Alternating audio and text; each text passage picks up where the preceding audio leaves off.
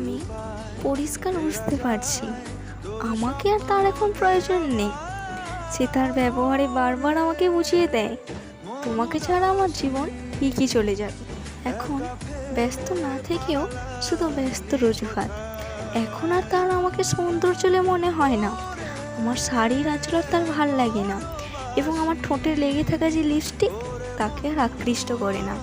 তবুও সে একবার মুখ ফুটে বলছে না যে তোমাকে আর আমার লাগবে না। কিন্তু আমি বুঝে গেছি আমার সময় শেষ। আমি ইচ্ছে করে এখন তার উপরে রাগ অভিমান দেখাই, যাতে সে আমাকে একটুখানি প্রায়োরিটি দেয়, কিন্তু সে বুঝেও দাম দেয় না। এখন যেন মনে হয় আমি নিজেই আছি তার কাছে।